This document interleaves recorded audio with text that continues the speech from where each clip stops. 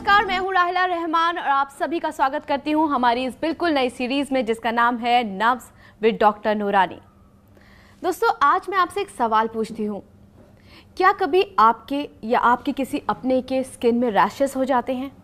Rashes यानी red rashes, या आप कह सकते हैं कि लाल गोल चिकट्टे, उसमें खुजली होती हो या फिर जलन होती हो, अगर आप बाहर जाएं तो वो बढ़ जाती हो। अगर ऐसा होता है तो सावधान हो जाइए, क्योंकि ये सोराइसिस के लक्षण हो सकते हैं। सोराइसिस यानी एक तरह की स्किन डिजीज। लेकिन आप परेशान मत होइए, क्योंकि इसका इलाज मुमकिन है, हम जो हैं, और ये मुमकिन करेंगे होम्योपैथी के जाने माने डॉक्टर नूरानी। डॉक्टर जाहिद नूरानी होम्योपैथी में पहली बार नब्ज से ट्रीटमेंट करने वाले वो मशहूर डॉक्टर हैं जिनके नब्ज के फन ने अब तक लाखों मरीजों की जिंदगी बदल दी है।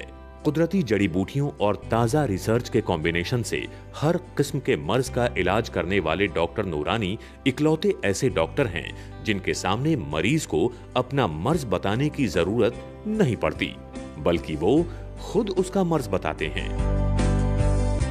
इंटरनेट और फोन के जरिए भी नब्ज परीक्षण से इलाज करने वाले डॉक्टर नूरानी ने अब तक दुनिया भर में कितने ही ऐसे मरीजों को ठीक किया है जो लंबे समय से बीमार थे। डॉक्टर नूरानी, जो कि सिर्फ नब्ज देख के आपकी हर बीमारी का पता लगा लेते हैं। आपको अपना मर्ज बताने की जरूरत ही नहीं पड़ती, सिर्फ आपकी वाइब्रेशंस के जरिए वो ये पता लगा सकते हैं कि आपके शरीर में क्या उथल पथल चल रही है और उससे कैसे निपटा जा सकता है। तो आइए स्वागत करते हैं डॉक्टर नूरानी का।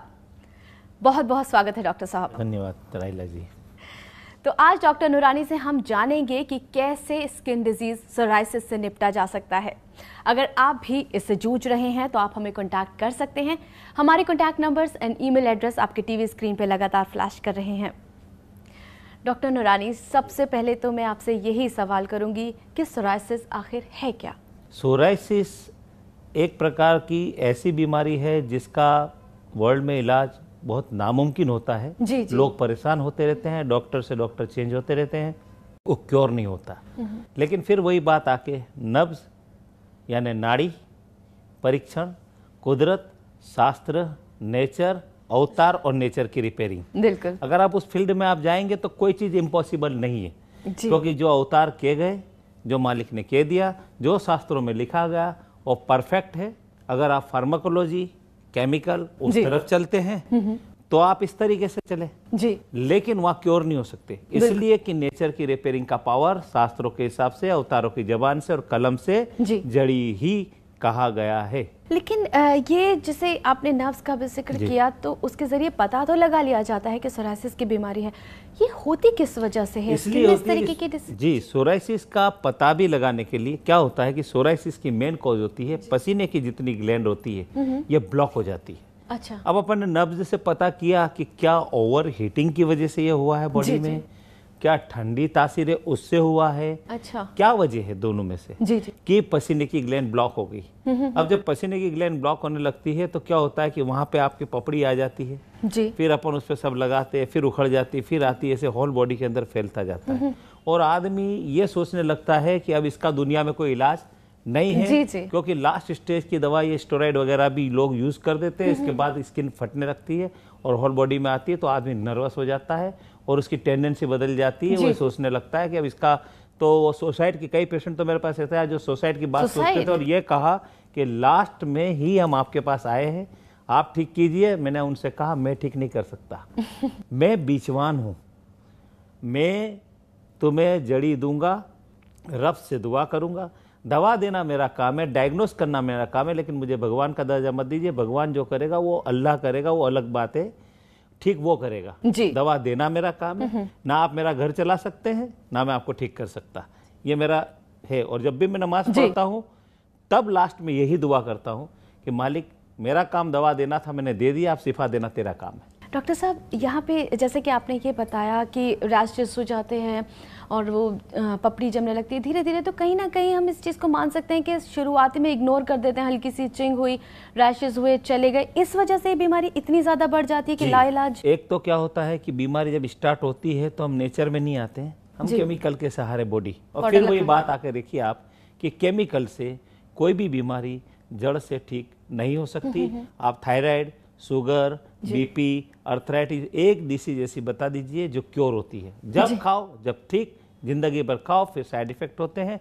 तब ये चीज अगर आपके मान लीजिए कि एक जगह ये आपका स्पॉट हुआ है, आपने उसको सबसाइड किया, लेकिन वजह खत्म नहीं हुई है। बिल्कुल, वजह खत्म करने के लिए जबान पे जड़ी रखना पड़ेगी, फिर दूसरी जगह आया, तीसरी जगह, और जब बहुत लेट जड़ी में आते हैं तो फिर समय लगता है और हमें भी परेशानी होती है और पेशेंट को भी होती है। यानी इसका इलाज आप कहते हैं कि मुमकिन है? बिल्कुल मुमकिन है। अगर आपने जबान पे जड़ी रखी, पसीने की ग्लैंड खुद खुलेगी, जब वो खुलेगी तो ल्यूब्रिकेशन जब आने लगेगा, तो आर्टिफिशियल की क्या जरूरत है ल्यूब्रिकेशन की? जी, लेकिन आज तक यही सुना मैंने, बहुत ज्यादा मुश्किल होता है सोराइसिस का इलाज जो है, वो मिल भी नहीं पाता पूरी तरीके से। मुझे बताए ना, हम लोगों ने उसके ऊपर यही कह दिया, आज कोई भी जड़ी बूटी में भी आता है तो हम भी यही कहते हैं कि दूसरी लैंग्वेज ही बोलते हैं कि इसका इलाज नहीं है। थायराइड में आया, हम बोलते हैं इसका इलाज नहीं, हर चीज का इलाज हम बोलते हैं है ही नहीं, खाते रहो।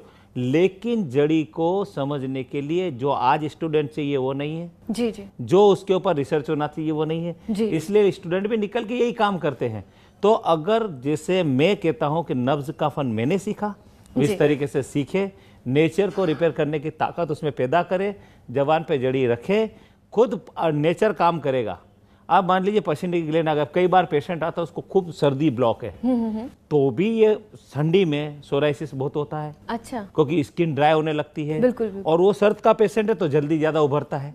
कोई गर्मी प्रकृति का पेशेंट है तो उसकी पसीने की ग्लैंड बन गई, तो उसकी हीट इतनी है बॉडी में कि जब वो गर्मी खूब बढ़ती है और जब गर्मी बढ़ती है तो उसको सोराइसिस खूब उभरने लगता है। बिल्कुल। तो अलग अलग प्रकृति को मिलाना पड़ता है और डेफिनेट सोराइसिस क्योर होता है। अगर वो देर से आया है तो साल भर, और अगर पहले दिन आता है तो उसी दिन से इसकी रिपेयरिंग शुरू।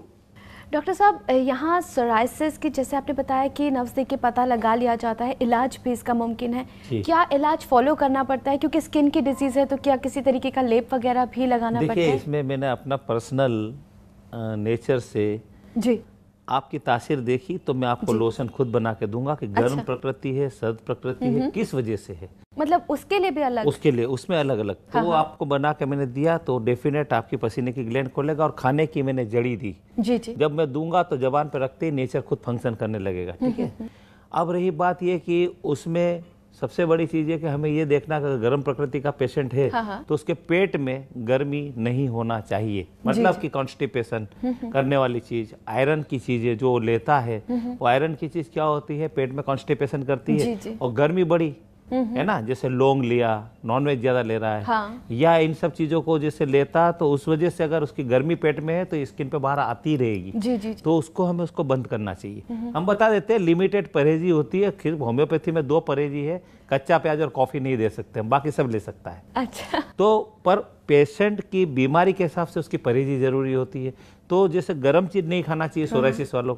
और सेकंड क्या होता है कि अगर मान लीजिए उसको कोल्ड प्रकृति है, ठंड में बढ़ने वाली, तो हमें ये देखना चाहिए कि कौन सी चीज ठंडी बढ़ाती है। मान लीजिए सीताफल आपने खाया, पूरा ब्लॉक हो जाता है आदमी। जी। अगर कोई ठंडी चीज खाते हैं आप, कोई भी जो आपकी तासीर को मान लो कि कोई भी ठंडी चीज आप लेने से आपके शरीर में सर्दी बढ़ती है या ब्लॉक होती है, तो वो आम आदमी को मालूम है कि किस चीज से हमें सर्दी बढ़ती है, उससे उसको रोकना चाहिए। हम उसको फाइंड आउट कर देते हैं कि तुम्हें ये सर्द से है, गर्म से, ये हमारी मेडिसिन, हम ये दवा दे रहे हैं और ये लेप है, आपको इन चीज से बचना चाहिए। अगर ले भी लेते कभी कभार तो कोई प्रॉब्लम नहीं है, लेकिन कच्चा प्याज कॉफी हमारी दवा की सख्त परहेजी होती है। अच्छा।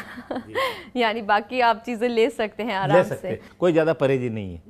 डॉक्टर साहब, एक चीज़ मैंने जैसे शुरुआत में भी बोली थी, अक्सर ये शिकायत पाई गई है कि जिनको सोराइसिस हो जाता है बाहर जाने से थोड़ा और ज़्यादा फैल जाता है। क्या एनवायरमेंटल फैक्टर्स भी ऐसे होते हैं जिसकी वजह से स्किन? देखिए, सोराइसिस का जहाँ तक सवाल है वो क्लाइमेट पे चलता है। जी। आपने ठंडा हो ज़्यादा गए और ठंड का है तो वहाँ बढ़ जाएगा। जी। अगर आप गर्मी में गए तो गर्मी बढ़ जाएगी, लेकिन सोराइसिस एक मुकम्मल रहता है। जी, जो सीजन से ही बढ़ता है। लेकिन एनवायरमेंट वाली डिसीजें रहती है, वो फंगल इन्फेक्शन कह सकते हैं आप, डर्मेटाइटिस कह सकते हैं। जी। खाने पीने से अर्टिकेरिया होता है, जिसको एलर्जिक अर्टिकेरिया कॉमन चल रहा है पब्लिक के बीच में, जिसमें लाल लाल चक्कते हो जाते हैं और फिर वो चले जाते हैं, उसको हम लोग सबसाइड करते फिर आते हैं। जी। तो वैसी के लिए भी नेचर के अंदर जाके तासीर देख के ही आपको इलाज लेना है। तो वो सोराइसिस है, अर्टिकेरिया है, डर्मेटाइटिस है या फंगल इन्फेक्शन है, रिंगवर्म इन्फेक्शन है, क्या है वो हमें फाइंड आउट करने में आसानी हो जाती है। जी जी। और हम उसको फाइंड आउट कर लेंगे तो उसकी नेचुरल प्रकृति में मिलाकर उसकी हम दवा देंगे, उसको लगाने की दवा बदल जाती है, वो देना पड़ेगी। अच्छा, सोराइसिस भी, माफ कीजिएगा आपको रोक रही हूँ, लेकिन ये सवाल मेरे मन में आया कि ये भी अलग अलग तरीके के होते हैं। सोराइसिस एक ही होता है जी, जो स्किन के ऊपर ड्राइनेस आती है जी, फिर उसकी पपड़ी उखड़ती है, फिर ड्राइनेस आती है और ज्यादा खुजली चलती है, ब्लड आ जाता है। अच्छा। और वो पूरी बॉडी में फैलता जाता है। लेकिन अर्टिकेरिया भी सेम होता है। अच्छा। दूसरी डिसीज भी स्किन में सेम होती है। फाइंड आउट करना पड़ता है कि क्या है। कई बार फंगल इन्फेक्शन या रिंगवर्म इन्फेक्शन हो जाता है और उसको सोराइसिस घोषित कर देते हैं। कई बार ऐसा होता है क्योंकि जब तक वो दिखने में सब एक जैसे हैं, सिम्टम्स एक जैसे हैं, तो उसको फाइंड आउट करना बड़ा मुश्किल होता है। जी जी जी। तो ऐसे में हमें सोराइसिस है कि नहीं ये भी देखना पड़ता है। हाँ, तो हम नाड़ी सब फाइंड आउट कर लेते हैं। अच्छा। कि क्या है, क्योंकि उसकी हमें वजह मालूम पड़े, मतलब पसीने की ग्लैंड बंद होकर हुआ है, ये है। मान लो कोई धूल में जाता है, भीड़ में जाता है, डस्ट में जाता है और उसको प्रॉब्लम आ रही है, अर्टिकेरिया है, जिसको एलर्जी का अर्टिकेरिया, तो वो क्योरेबल है। कहने का मतलब ये है कि जड़ी में हर स्किन डिसीज क्योरेबल है।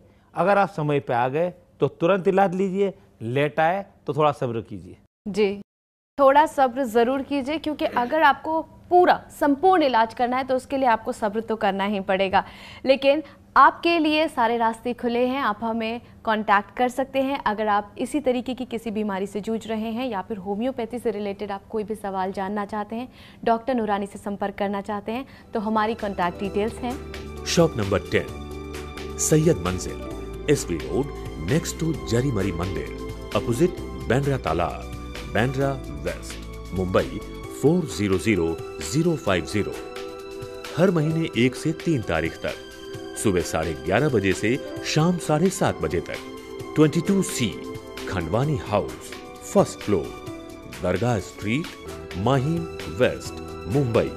हर महीने 4 से 8 तारीख तक। समय सुबह 11:30 बजे से शाम 7:30 बजे तक।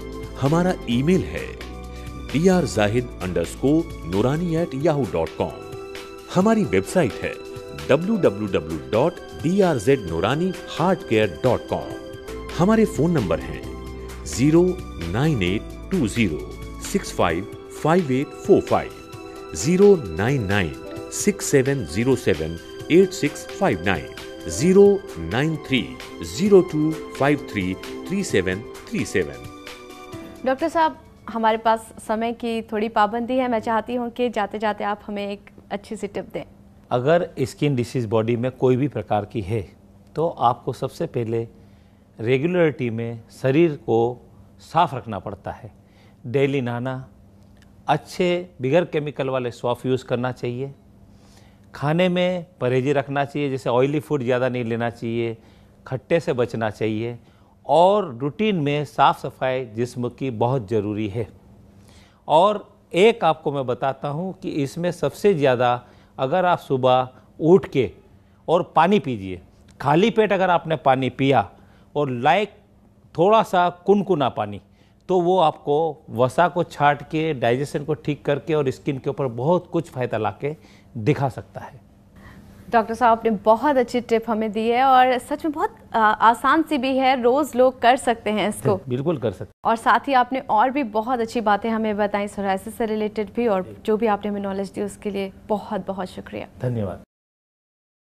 तो दोस्तों, वाकई छोटी सी टिप्स हैं जिन्हें आप अगर अपनी ज़िंदगी में फॉलो करें तो आप बड़ी बड़ी बीमारियों से बच सकते हैं। अपने शरीर को साफ रखें, जितना हो सके केमिकल से दूर रहें और जितना हो सके नेचर से जुड़े। अगले एपिसोड में फिर होगी आपसे मुलाकात एक नए टॉपिक के साथ। तब तक के लिए आप अपना ख्याल रखिए, क्योंकि हमें आपकी फिक्र है।